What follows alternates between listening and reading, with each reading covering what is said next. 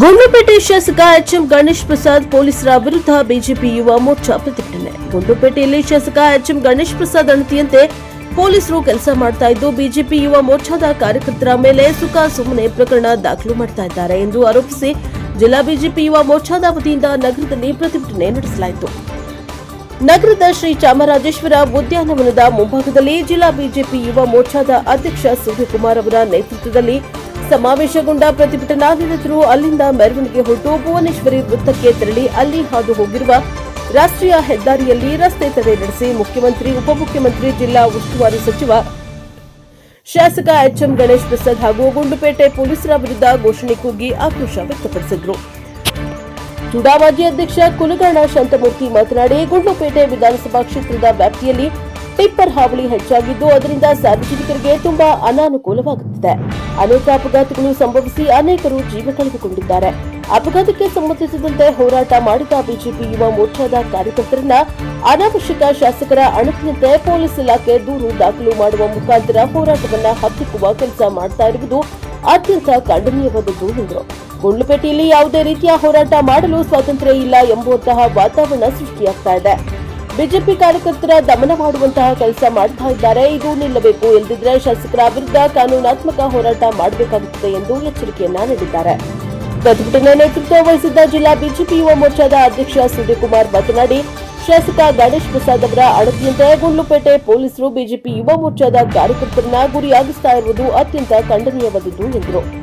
ಪ್ರತಿಭಟನೆ ಎಂಬುದು ಭಾರತದ ರಕ್ತದಲ್ಲಿ ಬಂದ ದೇಶಕ್ಕೆ ಸ್ವಾತಂತ್ರ್ಯ ಪಡೆದಿದ್ದು ಹೋರಾಟದಿಂದಲೇ ದೇಶದಲ್ಲಿ ಬಿಜೆಪಿ ಅಧಿಕಾರಕ್ಕೆ ಬಂದಿರುವುದು. ಇಂತಹ ಅನೇಕ ಹೋರಾಟಗಳಿಂದಲೇ ಆದರೆ ಇಂದು ಹೋರಾಟ ಮಾಡುವವರ ಮೇಲೆ ಕೇಸ್ ಹಾಕುವುದು, ಪ್ರತಿಭಟನೆಗಳನ್ನು ಹತ್ತಿಕ್ಕುವುದು, ಮುಂದೆ ಯಾರೂ ನಮ್ಮ ಸರ್ಕಾರದ ವಿರುದ್ಧ ಮಾತನಾಡಬಾರದು ಎಂಬ ದುರಾಲೋಚನೆಯನ್ನಿಟ್ಟುಕೊಂಡು ಬಿಜೆಪಿ ಕಾರ್ಯಕರ್ತರ ಮೇಲೆ ಸುಮ್ಮನೆ ಪ್ರಕರಣ ದಾಖಲು ಮಾಡುವುದು ಸರಿಯಲ್ಲ.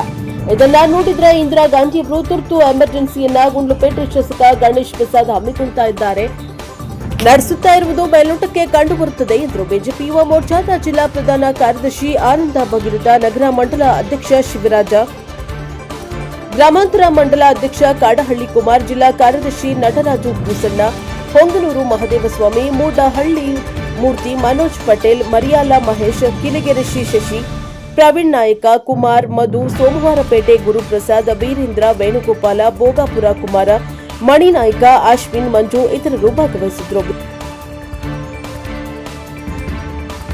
ಬ್ಯೂರೋ ರಿಪೋರ್ಟ್ ಹೊಮ್ಮ ನಂಜುಂಡ ನಾಯಕ, ಎನ್ಕೆ ರಿಪೋರ್ಟ್ ಚಾಮರಾಜನಗರ. ಎಲ್ಲ ಬಿಜೆಪಿ ಕಾರ್ಯಕರ್ತ ಬಂಧುಗಳೇ ಹಾಗೂ ಜಿಲ್ಲೆಯ ಜನತೆ, ಈ ಪ್ರತಿಭಟನೆ ಅನ್ನತಕ್ಕಂಥದ್ದು ಈ ಭಾರತ ದೇಶದ ರಕ್ತದಲ್ಲಿ ಬಂದಿರೋಂಥದ್ದು, ಮಣ್ಣಲ್ಲಿ ಬಂದಿರೋಂಥ ವಿಚಾರ. ಸ್ವಾತಂತ್ರ್ಯ ನಾವು ಪಡೆದಿದ್ದೇ ಹೋರಾಟದಿಂದ, ಪ್ರತಿಭಟನೆಗಳಿಂದ. ಇವತ್ತು ದೇಶದಲ್ಲಿ ಅನೇಕ ಅಭಿವೃದ್ಧಿ ಕಾರ್ಯಗಳು ಮತ್ತು ನಮ್ಮ ಭಾರತೀಯ ಜನತಾ ಪಕ್ಷ ಕೇಂದ್ರದಲ್ಲಿ ಅಧಿಕಾರಕ್ಕೆ ಬಂದಿರೋದು ಸಹ ಇಂಥ ಅನೇಕ ಹೋರಾಟಗಳಿಂದ. ಆದರೆ ಇವತ್ತು ಹೋರಾಟ ಮಾಡ್ತೀವಿ, ಪ್ರತಿಭಟನೆ ಮಾಡ್ತೀವಿ ಅನ್ನೋರ ಮೇಲೆ ಕೇಸ್ ಹಾಕೋದು, ಅಂಥ ಪ್ರತಿಭಟನೆಗಳನ್ನ ಹತ್ತಿಕ್ಕೋದು, ಮುಂದೆ ಯಾರೂ ನಮ್ಮ ಸರ್ಕಾರದ ವಿರುದ್ಧ ಮಾತಾಡಬಾರ್ದು ಅನ್ನತಕ್ಕಂಥ ದುರಾಲೋಚನೆಯನ್ನ ಕಾಂಗ್ರೆಸ್ ಸರ್ಕಾರ ಇಟ್ಕೊಂಡು ಇವತ್ತು ಸುಮ್ಮನೆ ಬಿಜೆಪಿ ಕಾರ್ಯಕರ್ತರ ಮೇಲೆ ಸುಮ್ಮನೆ ಕೇಸ್ ಆಗ್ತಾ ಇದೆ. ಮೋಸ್ಟ್ಲಿ ಇದನ್ನೆಲ್ಲ ನೋಡಿದ್ರೆ ನಾನು ನೋಡಿರಲಿಲ್ಲ, ಕೇಳಿದ್ದೆ. ಇಂದಿರಾ ಗಾಂಧಿರವರ ತುರ್ತು ಎಮರ್ಜೆನ್ಸಿನ ಗುಂಡ್ಲುಪೇಟೆ ಶಾಸಕರಾದಂಥ ಗಣೇಶ್ ಪ್ರಸಾದ್ ಅವರು ಹಮ್ಕೋತಾ ಇದ್ದಾರೆ ಅಥವಾ ನಡೆಸ್ತಾ ಇದ್ದಾರೆ ಅನ್ನೋದು ಇಲ್ಲಿ ಮೇಲ್ನೋಟಕ್ಕೆ ಕಂಡು ಬರ್ತಾ ಇದೆ.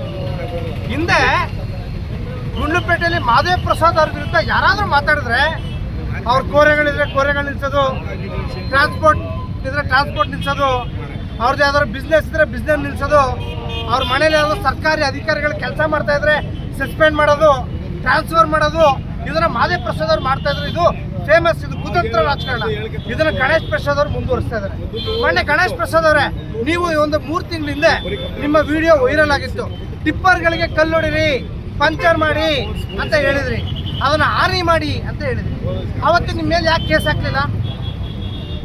ಇದೇ ಚಾಮರಾಜನಗರದ ಹಿಂದಿನ SP ಆದಂಥ ಕವಿತಾ ಮೇಡಮ್ ಅವರ ಗಂಡನ ಮೇಲೆ ಕಂಪ್ಲೇಂಟ್ ಕೊಟ್ಟಿದ್ವಿ. ಅದ್ಮೇಲೆ FIR ಹಾಕ್ಲಿಲ್ಲ.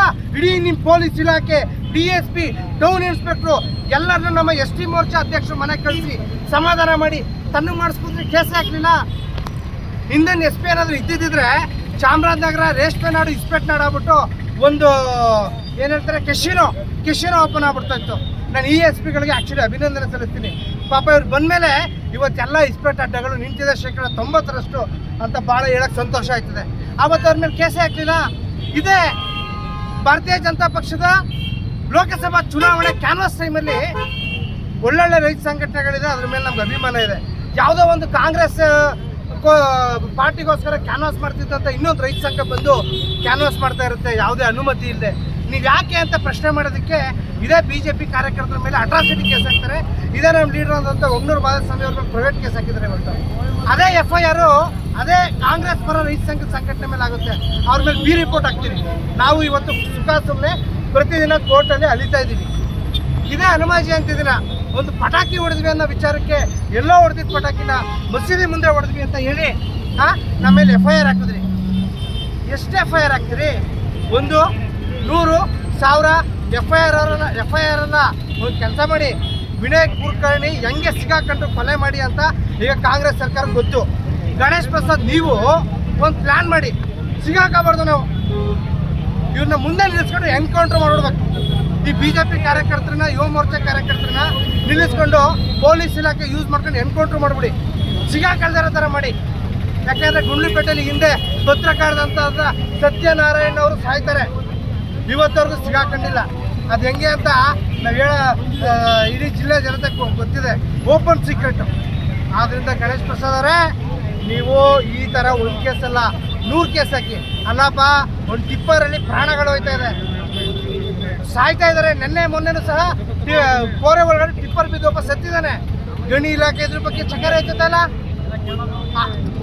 ಕೇರಳದವ್ರಿಗೆ ಗುತ್ತಿಗೆ ಮಾರ್ಬಿಡ್ರಿ. ಅದಕ್ಕೆ GPA ಕೊಟ್ಬಿಡಿ, ಜನರಲ್ ಪವರ್ ಆಫ್ ಅಟಾರ್ನಿ. ಆಮೇಲೆ ಡಾಕ್ಯುಮೆಂಟ್ ರೈಟ್ಲಾಗಿ ಹೇಳ್ತಾರೆ, ರಿಜಿಸ್ಟ್ರೇಷನ್ ಮಾಡ್ಕೊಡ್ತೀನಿ ತಾಮನೆ.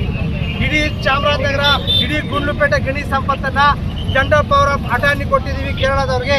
ಗಣೇಶ್ ಪ್ರಸಾದ್ಗೆ ಇಷ್ಟು %, ಇವ್ರಿಗೆ ಇಷ್ಟು %, ಇವ್ರಿಗೆ ಇಷ್ಟು % ಹರಾಜು ಹಾಕ್ಬಿಡಿ ಅಂತೀವಿ.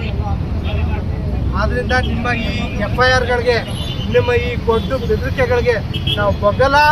ಎನ್ಕೌಂಟ್ರ್ ಮಾಡಿ, ಎನ್ಕೌಂಟ್ರ್ ಮಾಡ್ಬೇಕಾರೆ ಏನು ಎದೆ ಮೇಲೆ ಇಟ್ಕೊಬಿಡಿ, ಹಣೆ ಮೇಲೆ ಇಟ್ಕೊಳ್ಳಿ.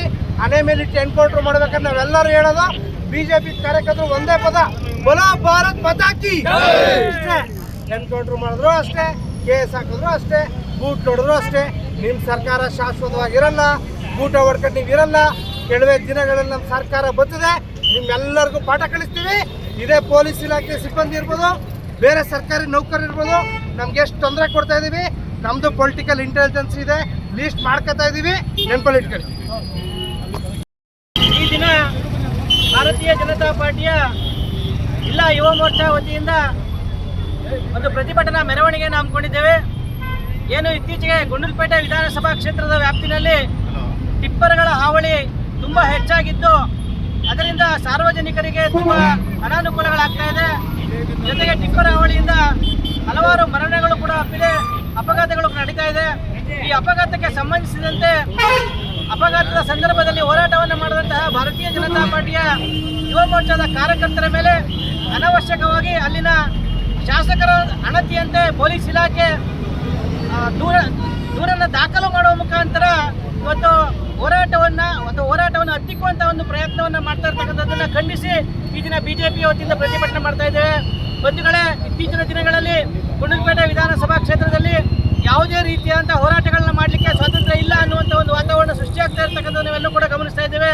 ಇದು ಹೀಗೆ ನಿರಂತರವಾಗಿ ಆದರೆ ಎಲ್ಲೋ ಒಂದು ಕಡೆ ಗುಂಡ್ಲುಪೇಟೆ ವಿಧಾನಸಭಾ ಕ್ಷೇತ್ರದ ವ್ಯಾಪ್ತಿನಲ್ಲಿ ಹೋರಾಟಗಳನ್ನು ಮಾಡಲೇಬಾರದು ಅಥವಾ ಮಾಡಿಸಲೇಬಾರದು ಅನ್ನುವಂಥ ಒಂದು ಶಾಸಕರ ಅಣತಿಯ ಪ್ರಕಾರದಲ್ಲಿ ಪೊಲೀಸ್ ಇಲಾಖೆ ನಡ್ಕೊಳ್ತಾ ಇದೆಯಾ ಅನ್ನುವಂಥ ಸಂಶಯವನ್ನು ವ್ಯಕ್ತಪಡಿಸಬೇಕಾಗ್ತದೆ. ಹಾಗಾಗಿ ಇದು ಪುನರಾವರ್ತನೆ ಆಗಬಾರ್ದು. ಇದಕ್ಕೆ ಸಂಬಂಧಿಸಿದಂತೆ ನಾವು ಕೂಡ ಕಾನೂನಾತ್ಮಕವಾಗಿ ಹೋರಾಟವನ್ನು ಮಾಡಲಿಕ್ಕೆ ಸಿದ್ಧ ಇದ್ದೇವೆ. ಇದು ನಿರಂತರವಾಗಿ ಏನು ಭಾರತೀಯ ಜನತಾ ಪಾರ್ಟಿಯ ಕಾರ್ಯಕರ್ತರನ್ನ ದಮನ ಮಾಡೋ ದಿಕ್ಕಿನಲ್ಲಿ ಒಂದು ಮಾಡ್ತಾ ಇರ್ತಕ್ಕಂಥ ಅಧಿಕಾರ ದುರ್ಬಳಕೆಯನ್ನು ಮಾಡ್ತಾ ಇರ್ತಕ್ಕಂಥ ಶಾಸಕರ ವಿರುದ್ಧ ಮತ್ತು ಅಲ್ಲಿನ ಅಧಿಕಾರಿಗಳ ವಿರುದ್ಧ ಈ ಒಂದು ಪ್ರತಿಭಟನೆಯನ್ನು ಹಮ್ಮಿಕೊಂಡಿದ್ದೇವೆ. ಈ ಪ್ರತಿಭಟನೆಯನ್ನ